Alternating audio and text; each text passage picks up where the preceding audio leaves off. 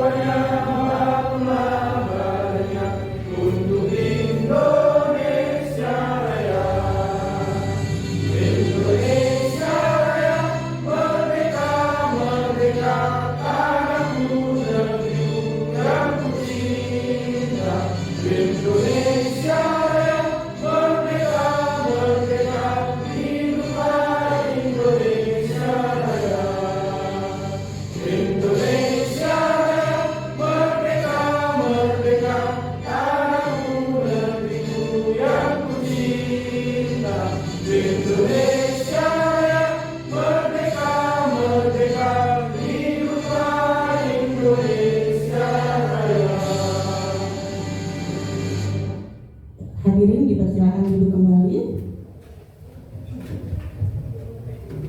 Selanjutnya sambutan sekaligus membuka kegiatan diskusi kita hari ini yang akan disampaikan oleh Kepala Sekolah SMA Negeri 1 Demang. Dalam hal ini diwakili oleh Bapak Sofyan Hadi.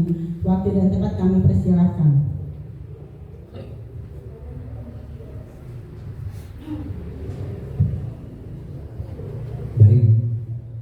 Bismillahirrahmanirrahim. Assalamualaikum warahmatullahi wabarakatuh.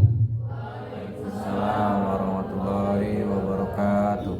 Salam sejahtera untuk kita semua. Tabi'un. Alhamdulillah, wassalatu wassalamu ala Rasulillah. Asyhadu an la ilaha illallah wa asyhadu anna Muhammadan abduhu wa rasuluh. Allahumma shalli ala sayyidina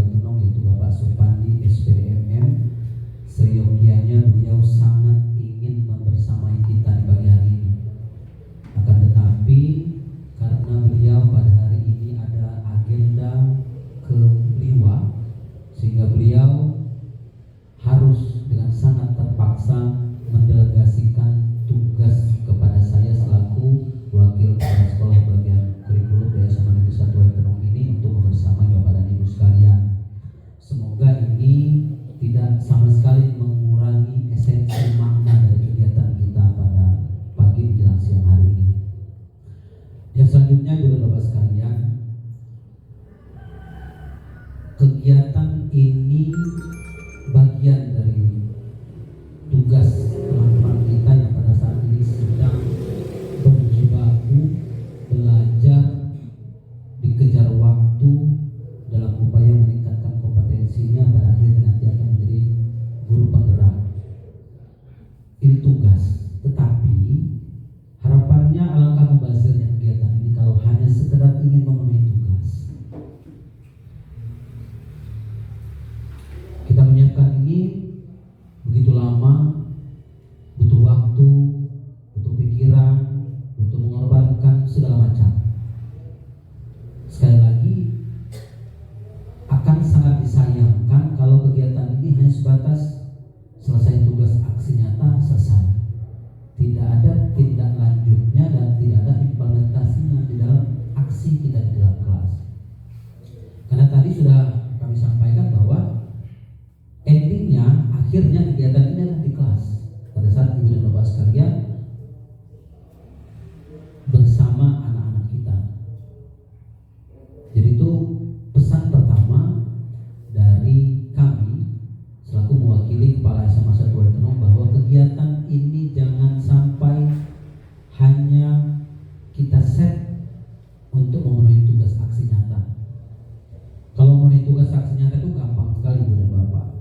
Sekarang ini aplikasi editing video itu sangat modern, sehingga gampang sekali. Tidak perlu ya kita melaksanakan kegiatan-kegiatan seperti itu.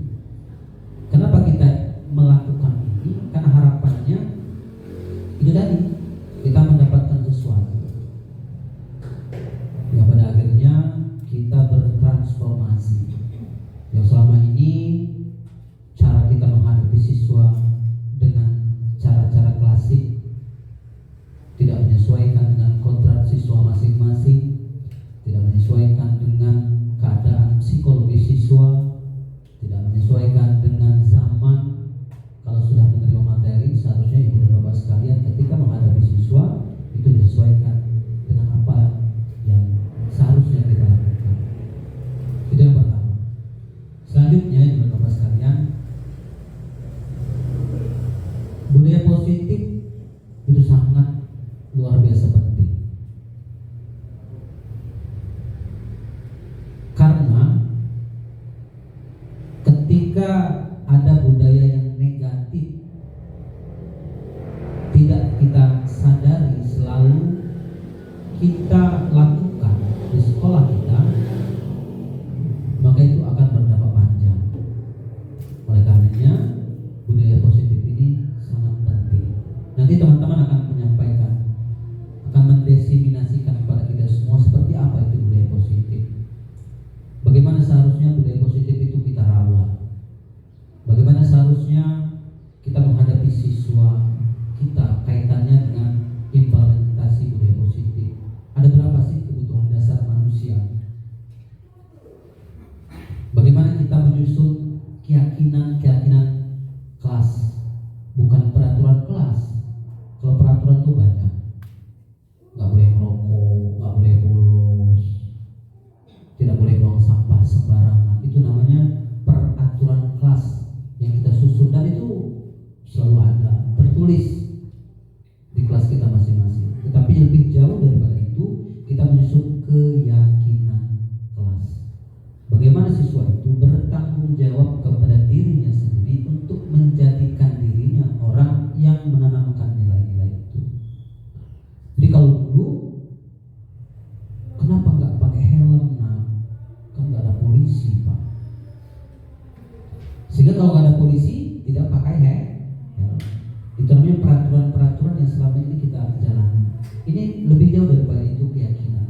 Dia harus meyakinkan dirinya bahwa menggunakan helm itu nilainya, esensinya adalah keselamatan. Artinya ada polisi atau tidak ada polisi. kondisi, karena yang kita jaga nilai esensinya adalah keselamatan, maka harus tetap menggunakan helm.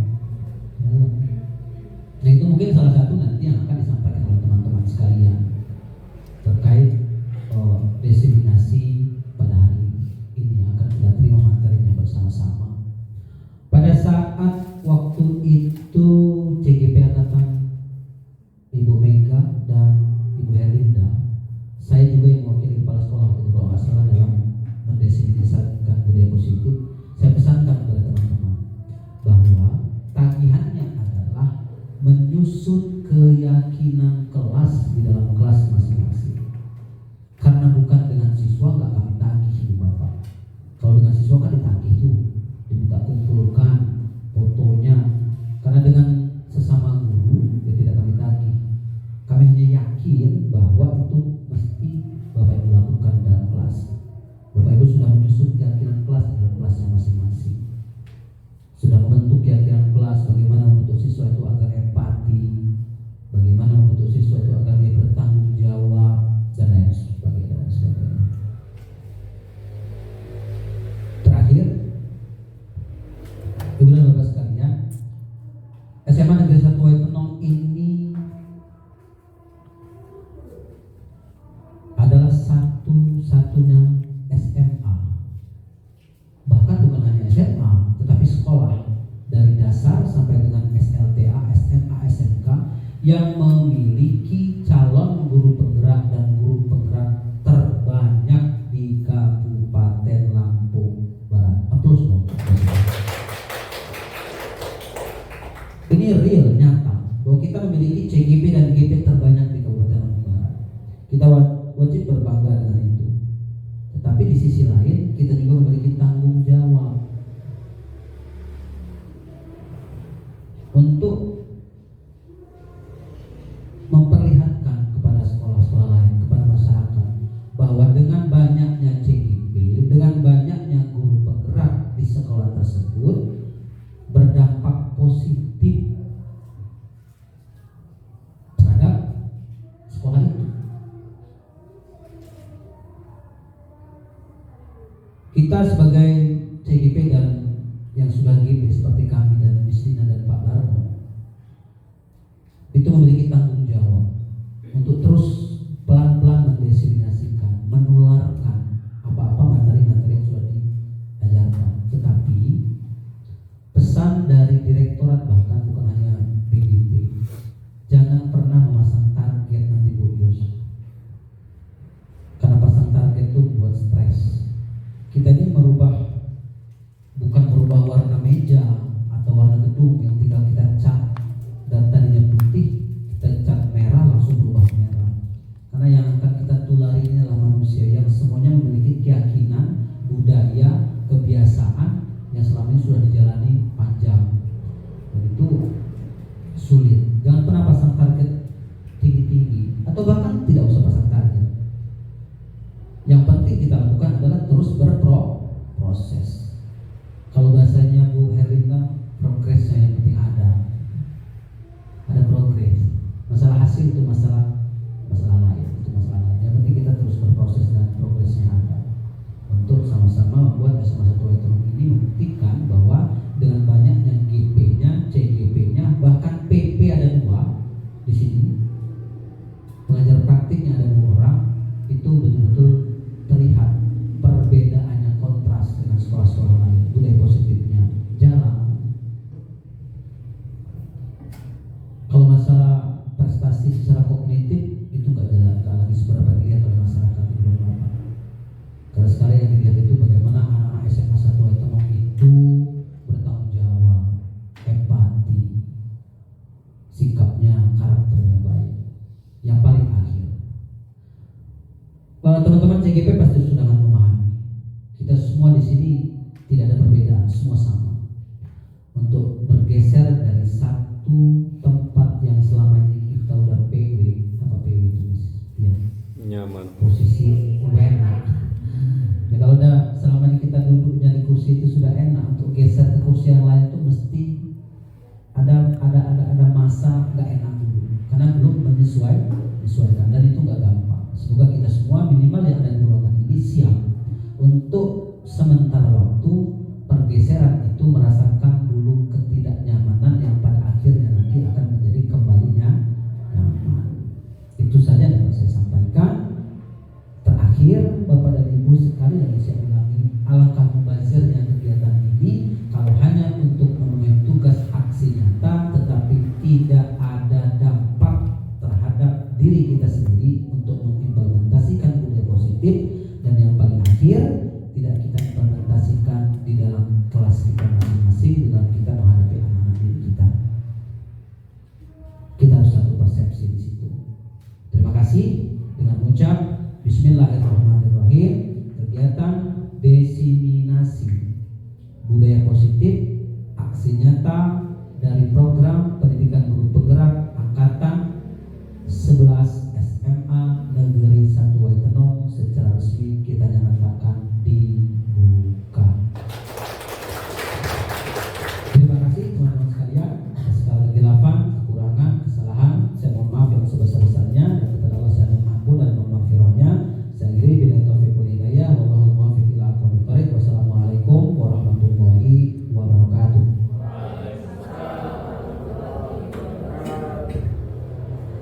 Terima kasih Bapak Sakasari atas sambutannya. Mudah-mudahan kita semua di sini bisa merealisasikan pesan-pesan beliau tadi. Yang paling utama tugas kita tadi adalah membuat tagihan tadi, yaitu menyelesaikan tentang keyakinan kelas ya untuk masing-masing wali kelas, dan mungkin juga membuat kesepakatan belajar untuk masing-masing guru mapel. Selanjutnya untuk agar acara kita berjalan dengan lancar, kemudian diberkahi dan diridhoi Allah Subhanahu wa taala, marilah kita sejenak menundukkan doa untuk menundukkan kepala untuk berdoa. Dalam hal ini doa akan dipimpin oleh Bapak Karsini. Assalamualaikum warahmatullahi wabarakatuh. Waalaikumsalam. Ila hadirin yang salih. Bisa Muhammad Rasulullah sallallahu alaihi wasallam. Bismillah al-Fatihah. Bismillahirrahmanirrahim. Alhamdulillahirabbil alamin. Arrahmanirrahim. Maliki yaumiddin. Iyyaka na'budu wa iyyaka nasta'in. Ihdinas siratal mustaqim. Siratal ladzina an'amta 'alaihim ghairil maghdubi 'alaihim waladdallin. A'udzu billahi minasyaitonir rajim. Bismillahirrahmanirrahim. Alhamdulillahirabbil alamin. Hamdan syakirin, hamdan 'amin. Hamdan yu'affi ni'amahu wa yu'affi majidah. Ya Rabbana lakal hamdu kama yanbaghi li jalali wajhikal karim wa 'azimi sultanik. Allahumma shalli wa sallim ala sayyidina Muhammad wa ala ali sayyidina Muhammad. Allahumma ya Rahman ya Rahim ya Dzal Jalali wal Ikram. Pada pagi hari ini kami berkumpul di lab komputer SMA Negeri 1 Waitenong dalam rangka belajar tentang ajaran-ajaran universal yang telah Engkau sampaikan kepada Rasulmu tercinta. Ya Allah, berilah kami kekuatan lahir batin jiwa dan raga, agar kami dapat menyerap apa yang telah Engkau ajarkan kepada Rasulmu, dan kami dapat mengamalkannya dalam kehidupan sehari-hari.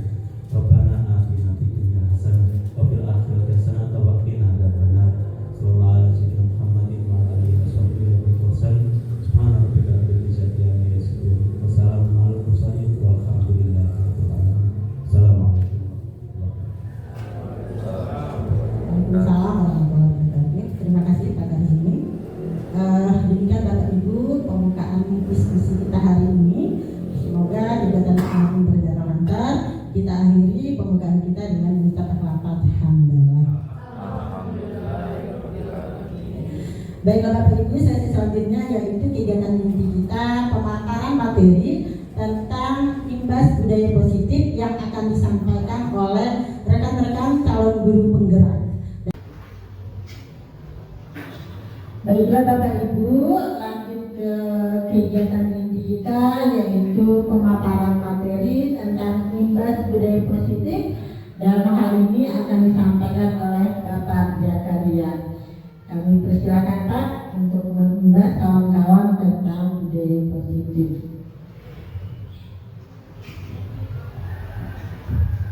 Terima kasih untuk Ibu Mega yang sudah mempersilahkan saya untuk mempresentasikan hasil dari disiplin positif dan keyakinan kelas Bapak Ibu ya. Oke. Di sini kita untuk membuka dulu. Saya awali. Assalamualaikum warahmatullahi wabarakatuh. Waalaikumsalam warahmatullahi wabarakatuh. Baik, hari ini lanjut dengan pemaparan yang telah disampaikan oleh tadi Ibu Justina mengenai tentang tadi budaya positif, dan dilanjutkan dengan di sini adalah disiplin positif. Ingin saya bertanya untuk Bapak Ibu, kira-kira menurut Bapak Ibu disiplin positif itu apa Bapak Ibu?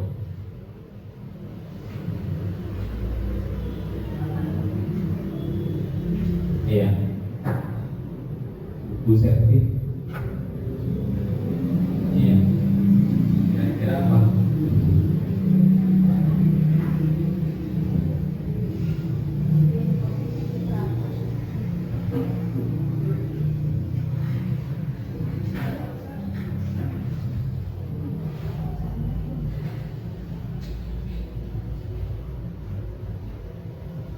Iya. Assalamualaikum warahmatullahi wabarakatuh. Waalaikumsalam warahmatullahi wabarakatuh. Perkenalkan, nama saya Febriana. Saya akan menjawab apakah yang dimaksud dengan disiplin positif. Ya, disiplin positif itu merupakan keadaan tata tertib dalam kelas yang di dalamnya tergabung antara siswa dan guru kepada tata tertib yang mengedepankan.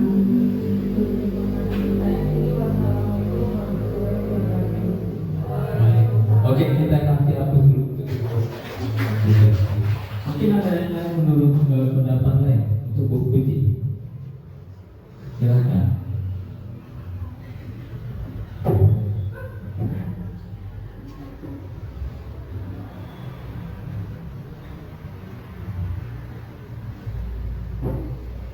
Kira-kira ya. Assalamualaikum warahmatullahi wabarakatuh. Menurut saya berpikir disiplin positif itu bagaimana cara kita membentuk sikap mandiri pada anak sehingga memfokuskan siswanya dalam memotivasi seperti kesalahan atau menghargai setiap tindakan yang ada pada siswa. Terima kasih. Wassalamualaikum warahmatullahi wabarakatuh. Waalaikumsalam warahmatullahi wabarakatuh. Kita kasih aku sedikit. Oke, tadi yang disampaikan oleh Ibu Septi dan Bu Puji semua sudah benar, tetapi ini ada penjelasan yang lebih konkret lagi mengenai tentang disiplin positif. Boleh kita lihat di sini. Oke, disiplin positif itu sendiri adalah menanamkan motivasi pada murid-murid kita, yaitu untuk menjadi orang-orang yang mereka inginkan dan menghargai diri sendiri dan nilai-nilai yang mereka percaya. Jadi di sini bukan disiplin yang dilakukan karena takut hukuman, ya Bapak Ibu ya, atau mengharapkan pujian dan penghargaan. Itu mengenai tentang disiplin positif. Oke, kita lanjut. Oke, ini adalah nilai-nilai kebajikan. Tadi sudah disinggung oleh Ibu Justina mengenai tentang nilai-nilai kebajikan universal. Termasuknya di sini, ini adalah salah satu dari nilai-nilai kebajikan itu sendiri, yaitu yang disepakati bersama lepas dari suku ataupun bangsa, agama, bahasa maupun latar belakangnya. Apa aja yang di sana kita lihat di sini? Oke. Nah, ini semua tercakup semua dalam yang telah kita pelajari karena kita sudah menerapkan yang namanya di sekolah kita kurikulum merdeka. Jadi di sini sudah tercampur dalam ataupun sudah masuk dalam profil pelajar Pancasila itu sendiri, yaitu beriman, bertakwa pada Tuhan yang Maha Esa dan berakhlak mulia, mandiri, terus benar kritis, lanjut dengan berkebinekaan global, terus apalagi itu ada gotong royong dan kreatif. Ini salah satunya. Tadi sudah dibagi oleh Bu Yus salah satunya nilai-nilai ataupun kebajikan itu sendiri. Nah, ini dia untuk dalam prodi Pancasila itu sendiri. Oke. Ada apa aja di sana, Bu? Ada toleransi salah satunya. Ya atau tidak? Iya. Tadi yang sudah dibagikan sama Bu Yustina yang termasuk ada ini dalam salah satu ringkasannya. Iya, ada rasa hormat, ada integritas, mandiri, menghargai, antusias, ya, sampai ke komitmen itu. Clear Bapak Ibu ya. Oke. Nah, selanjutnya adalah kebutuhan dasar manusia. Di sini kebutuhan dasar manusia itu sendiri yaitu perilaku buruk hanya dianggap sebagai sebuah kesalahan. Padahal ataupun sesungguhnya semua perilaku itu memiliki tujuannya. Ya Bapak Ibu ya. Semua yang kita lakukan adalah usaha terbaik kita untuk mendapatkan apa yang kita inginkan.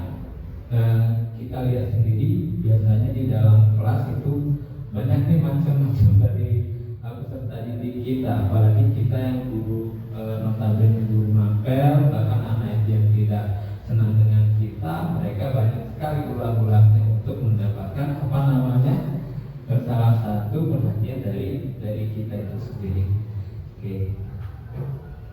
Nih kita lihat di sini ada satu kasus mulai dari siswa kita, yaitu Ihsan, siswa kelas 10A, itu SMA Karakter Mulia.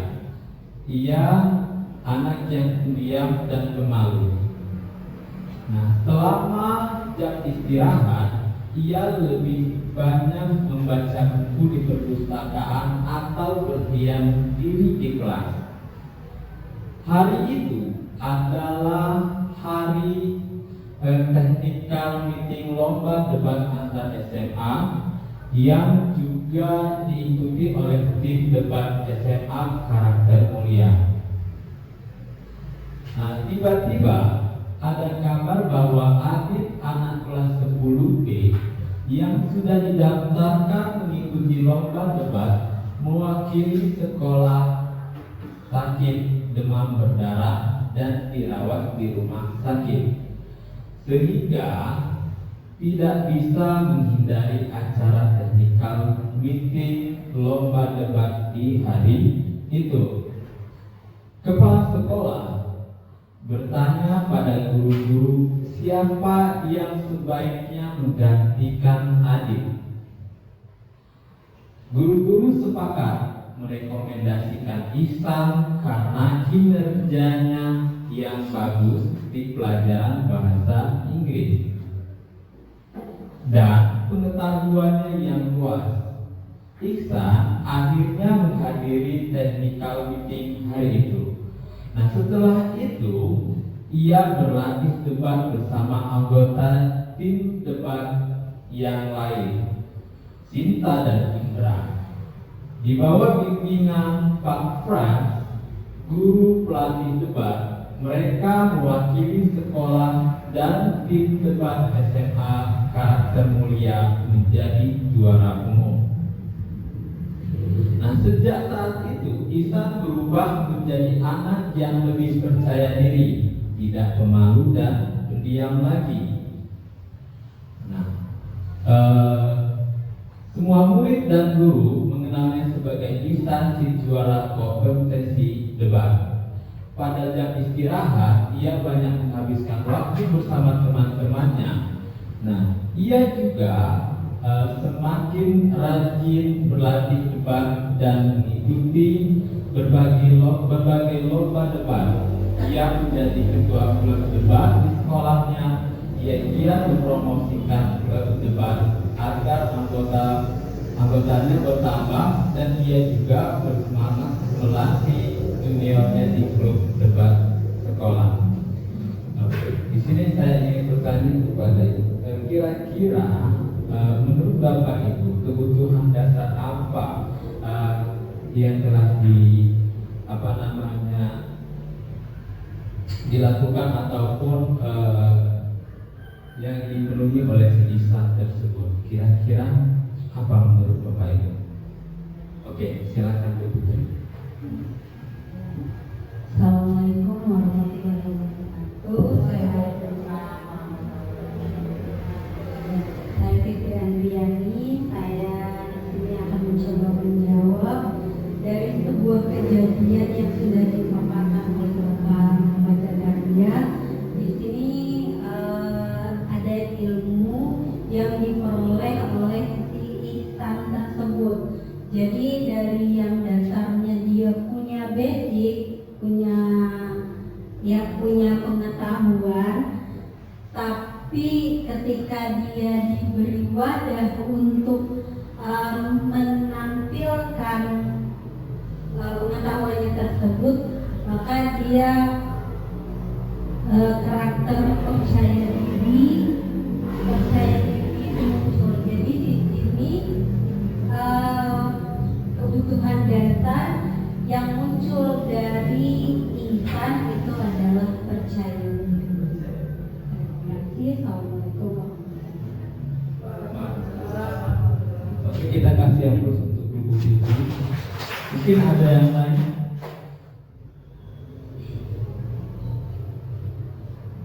Oke, silakan Bu Is.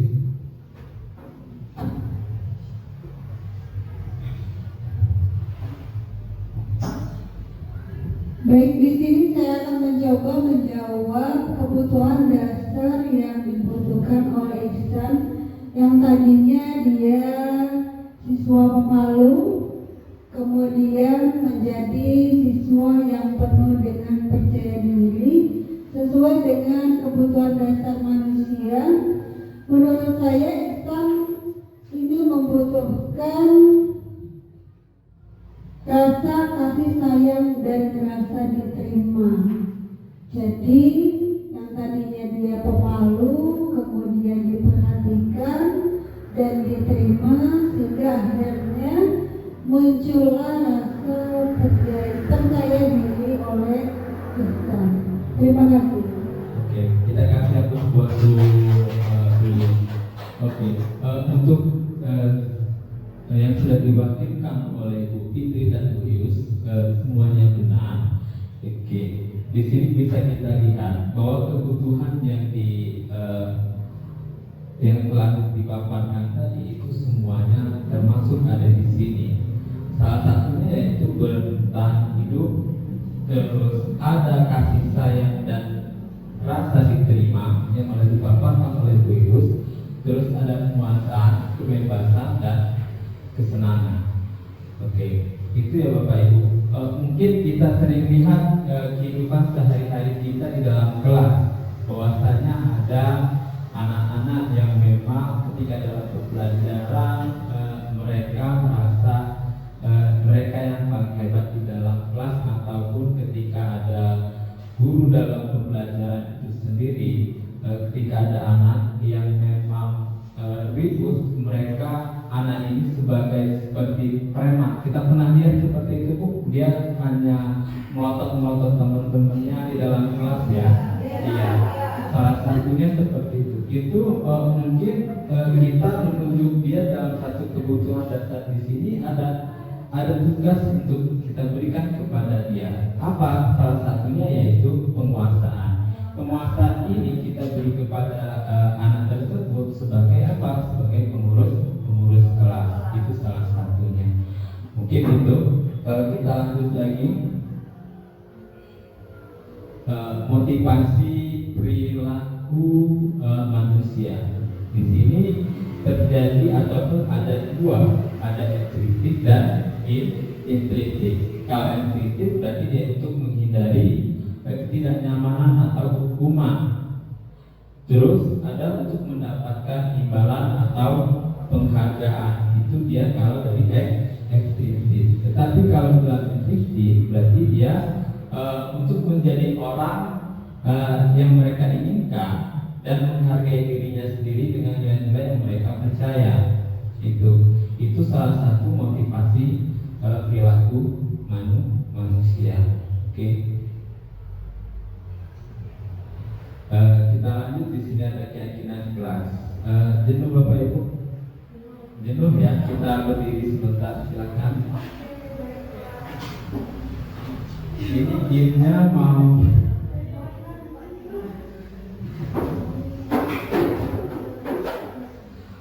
ada game atau cukup satu aja yang akan saya berikan kepada Bapak Ibu gamenya. Di sini mau dua. Game ini mungkin instruksinya adalah dari kebalikan apa yang saya sebutkan. Kalau dia panjang, berarti Bapak Ibu hanya mengukurkan tangannya seperti ini. Iya, kita berlawanan. Iya. Tetapi kalau dia pendek, berarti panjang. Oke. Jadi nanti Bapak Ibu silakan. Kalau instruksi saya silakan didengar dengan baik-baik. Kalau saya bilang panjang, berarti tangan di Bapak Ibu semua iya. Kalau dia pendek berarti panjang. Oke. Dimulai Bapak Ibu. Apa kita mulai? Oke. 1, 2, 3 pendek. Panjang. Panjang. Panjang. Panjang pendek.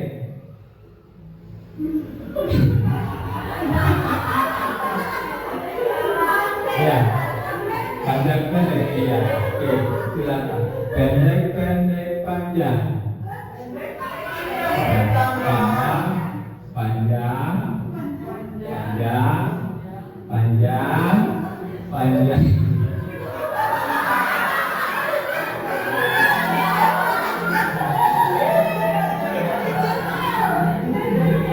Iya. Iya. Pendek, oke, pendek, panjang, panjang, pendek, pendek, pendek. Oke, terima kasih Bapak Ibu kelas 10 kembali. Iya, itu salah satu untuk meningkatkan fokus kita Bapak Ibu ya. Oke. Selanjutnya ada keyakinan kelas Bapak Ibu. Ini salah satu mungkin ada yang sudah menerapkan di dalam kelasnya masing-masing atau baru tahu yang sekarang. Jadi kita lihat di sini ada mengenai tentang keyakinan kelas itu sendiri. Oke. Nih, ini kayaknya sudah sudah disinggung tadi oleh Bapak Wakil kita mengenai mengapa kita memiliki peraturan ataupun tentang penggunaan helm pada saat mengendarai kendaraan roda 2 atau motor. Yang keduanya, mengapa kita memiliki peraturan tentang penggunaan masker dan mencuci tangan setiap saat. Mungkin kita bagi sedikitnya ini Bapak Ibu, silakan untuk pertanyaan 1 dan 2 dari guru-guru untuk membacakan apa sih dari mengapa kita harus memiliki peraturan tersebut, terus mengapa kita memiliki peraturan tentang penggunaan masker dan mencuci tangan setiap saat. Mungkin kita awali dari Ibu Septi kali ya. Ya, silakan Bu Septi. Ya, silakan. Ya, di sini saya akan menjawab. Yang pertama, mengapa kita memiliki peraturan tentang penggunaan helm saat berkendara? Yang pasti untuk kesadaran diri kita masing-masing, penggunaan helm itu bermanfaat untuk kita untuk menghindari terjadinya kecelakaan, kemudian untuk memberikan keselamatan pada diri kita, terutama di bagian kepala kita. Kemudian yang kedua, mengapa kita memiliki peraturan penggunaan masker? Sama halnya harus kembali lagi ke diri kita masing-masing, yaitu untuk keselamatan kita sendiri, terutama untuk menghindari yang namanya penyakit seperti kuman, bahkan bakteri-bakteri yang ada di sekitar kita, begitu. Oke, terima kasih Bu Sari. Dan lanjut oleh Ibu di belakangnya Ibu Fatimah ya. Oke. Assalamualaikum warahmatullahi wabarakatuh. Waalaikumsalam warahmatullahi wabarakatuh. Baiklah, saya akan mencoba menjawab pertanyaan mengapa kita memiliki peraturan tentang penggunaan helm pada saat mengendarai kendaraan roda 2 atau motor. Di sini kesadaran diri untuk melindungi diri kita dari bahaya seperti debu, kemudian pada saat kita jatuh kepala kita terlindung oleh penggunaan daripada helm. Kemudian mengapa kita memiliki peraturan tentang penggunaan masker dan cuci tangan setiap saat. Nah, ini juga kesadaran kita melindungi diri kita terhindar dari bahaya penyakit yang disebabkan oleh udara, kemudian dari sentuhan tangan kita dari benda yang lain. Itu saja. Oke, terima kasih. Oke, dilanjutkan Ibu Eni. Oke.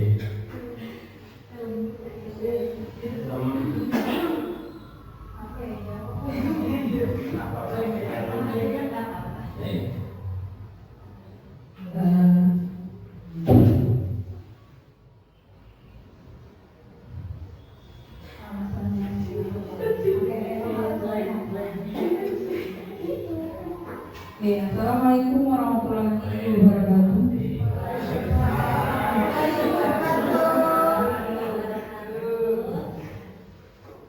Jawaban untuk saya itu sama dengan jawaban dari Bu Fatimah, yaitu kesadaran dari kita sendiri. Kalau untuk penggunaan helm itu lebih untuk melindungi. Kemudian untuk yang nomor 2 itu kenapa kita harus penggunaan masker dan mencuci tangan setiap saat, untuk menghindari debu atau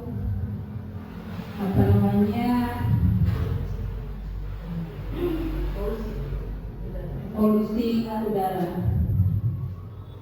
Oke, terima kasih untuk Ibu Heni. Jadi lanjut dengan Ibu Herlinda. Oke, jadi kita di sini satu-satu ya Bapak Ibu biar Baik, terima kasih Pak Muhammad Jafri.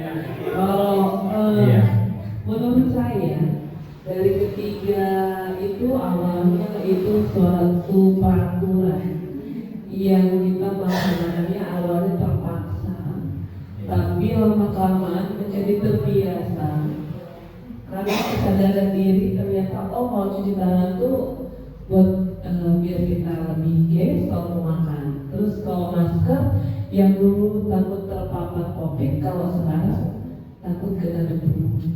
Nah, kalau helm ini kalau kita berkendara salah satu aturan di lalu lintas. Tapi kalau buat saya kedua takutnya Pak, takut mati sama polisi. Itu aja. Oke, terima kasih untuk Ibu Herlinda. Dengan Ibu.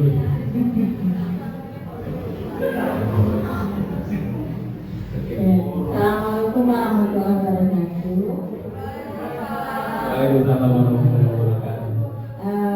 Menjawab pertanyaan 2004 lagi, alhamdulillah pertama takut silang polisi ya Pak ya.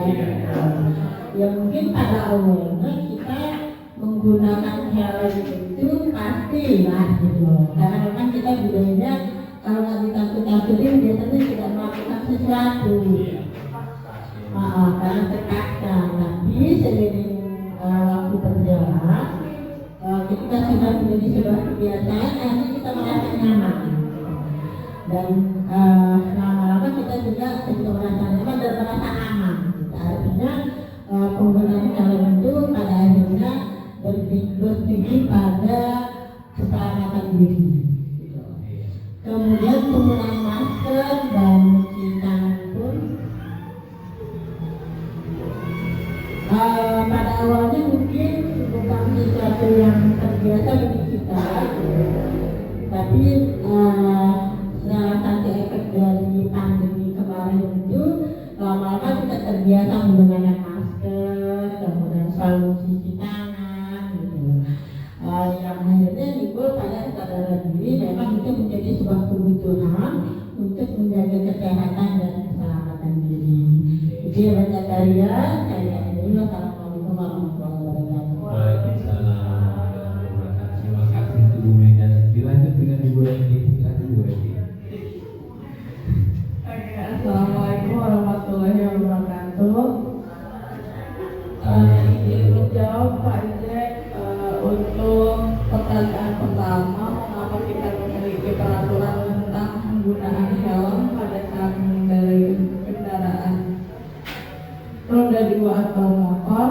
Yang pertama memang untuk keselamatan, terutama untuk bagian kepala, kemudian mata juga. Kalau kita mengendarai motor kadang suka ada debu, kelipan seperti itu, makanya penggunaan helm itu sangat penting saat berkendara.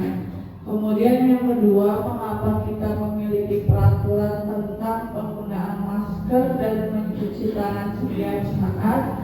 Kalau untuk masker, ya pastinya untuk kesehatan, karena untuk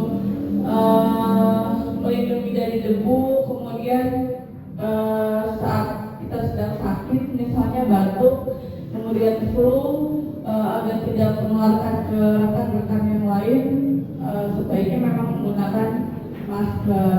Kemudian untuk mencuci tangan, kita kebiasaan orang Indonesia ya, kadang kalau mau makan harus cuci tangan karena banyak kuman yang nanti ujungnya kalau nggak cuci tangan menimbulkan penyakit berbahaya. Terima kasih. Wassalamualaikum warahmatullahi wabarakatuh.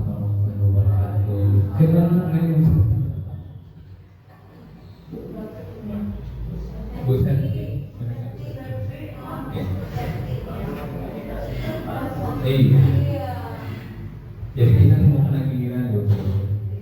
Iya, oke. Silakan Bu Devi.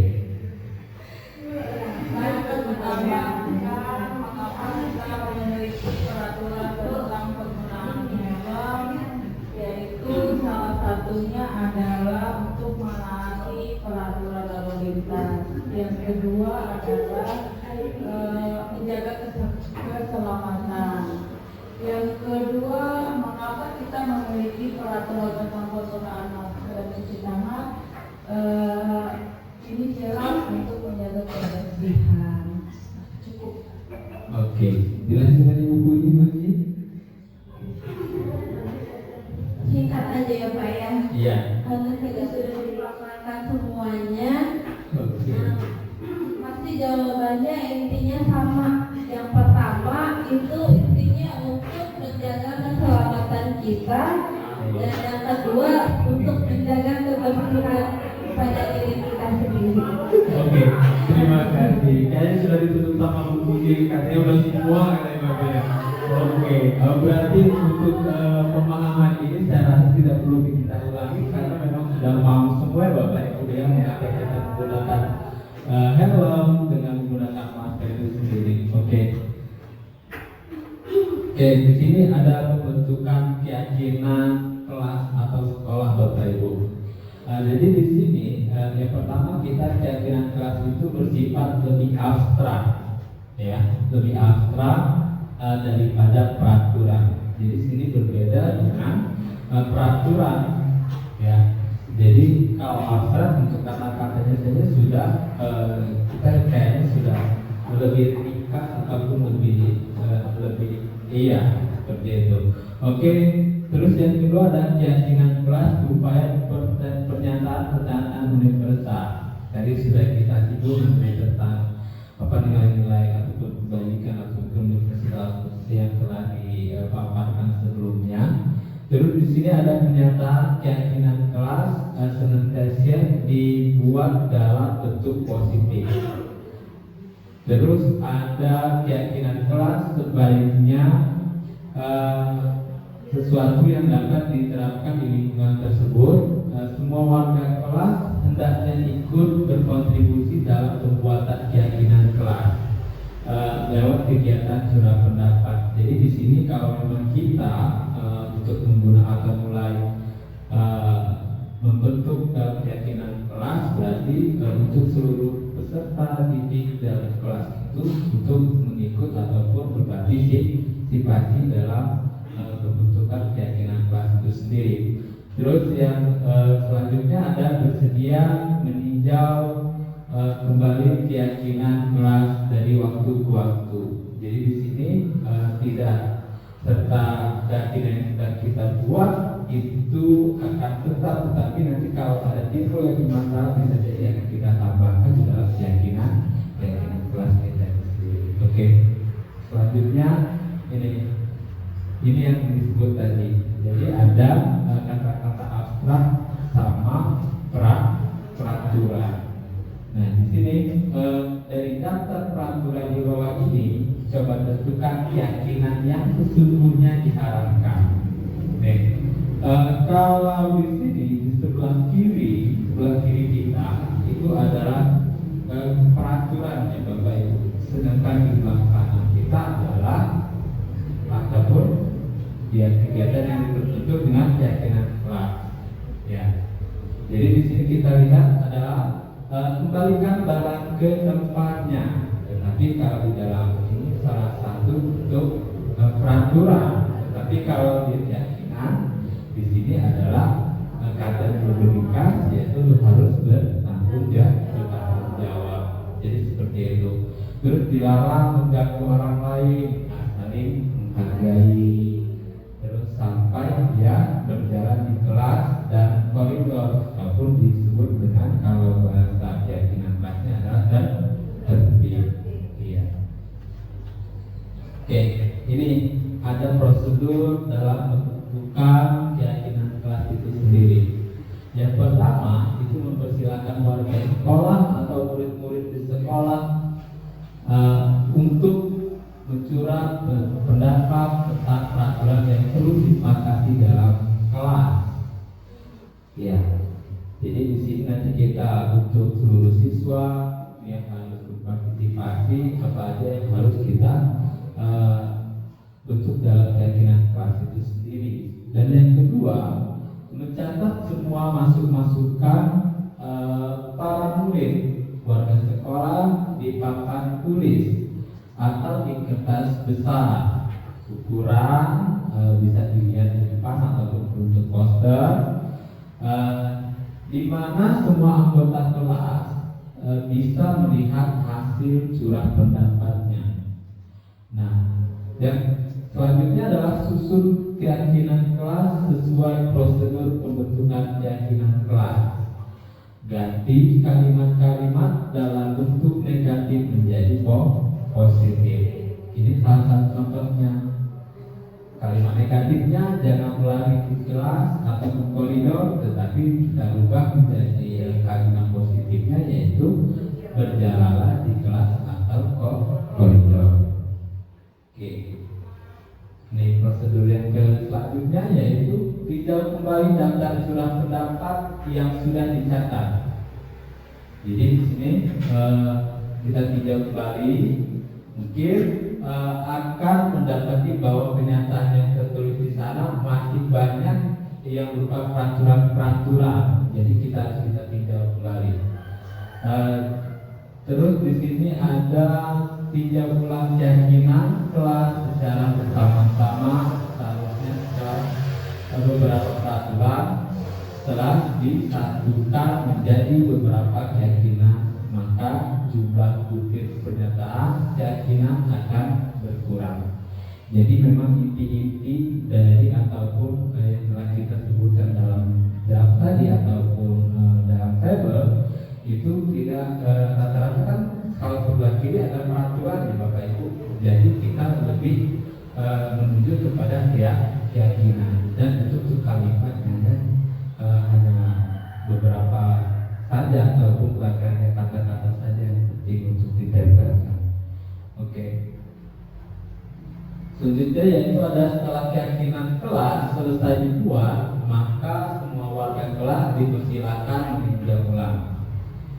Terus selanjutnya yaitu keyakinan sekolah ataupun kelas bisa dilekatkan di dinding kelas di tempat yang mudah dilihat semua warga kelas. Bisa kita taruh di depan kelas ataupun di samping, biar keyakinan yang sudah kita bentuk itu memang untuk ditaati dan dilihat oleh kita. Ini contohnya Bapak Ibu. Salah satunya yaitu setiap anggota kelas perlu belajar. Terus setiap anggota kelas ini semua yang ada di sini ini adalah salah satu contoh dari keyakinan kelas. Oke. Ada kegiatan dalam keyakinan kelas itu sendiri. Yang pertama ada kegiatan tampak seperti tidak, atau tampak seperti atau tidak tampak. Nah, anggota kelas dibagi menjadi beberapa kelompok. Nanti bisa di dalam kelas kita kalau memang jumlah muridnya ada 35 ataupun 36, berarti kita sesuaikan saja. Kita bentuk anggota kelompoknya. Setelah itu kelompok membentuk huruf T kapital yang besar atau tabel T, ya, atau yang sudah ada tadi contohnya di sebelumnya. Nah, di sini guru memberikan salah satu keyakinan kelas pada setiap kelompok. Nah, dua kelompok bisa mendapatkan keyakinan yang sama bila ada 10 kelompok. Nah, selanjutnya setiap kelompok diminta untuk bercurah pendapat tentang keyakinan tersebut, tanpa seperti, tanpa tidak seperti. Nah, kemudian hasil curah pendapat setiap kelompok dipresentasikan pada kelompok besar, ataupun nanti akan di kelompok ataupun dipresentasikan di depan kelas. Nah, kertasnya ditempel di sekeliling kelas untuk dapat dilihat setiap warga kelas agar menguatkan pemahaman. Nah, ini contohnya Bapak Ibu. Nah, jadi di sini misalnya kelompok A atau kelompok yang pertama itu dia membutuhkan atau keyakinan kelasnya salah satunya itu hormat. Dan di sini ada tapak sepertinya berarti datang tepat waktu. Kalau tidak tapak seperti berarti sering terlambat seperti itu. Jadi sampai ke ada rasa apa namanya di sana, ya itu ada rasa itu terus lanjut dengan ke bekerja yang baru ya. Oke, ini dia bagian seperti tabel Y, terdengar, terlihat dan berperilaku. Jadi di sini bisa Bapak Ibu lihat sendiri bentuknya ya Bapak Ibu ya. Oke, mungkin itu saja yang bisa saya sampaikan Bapak Ibu.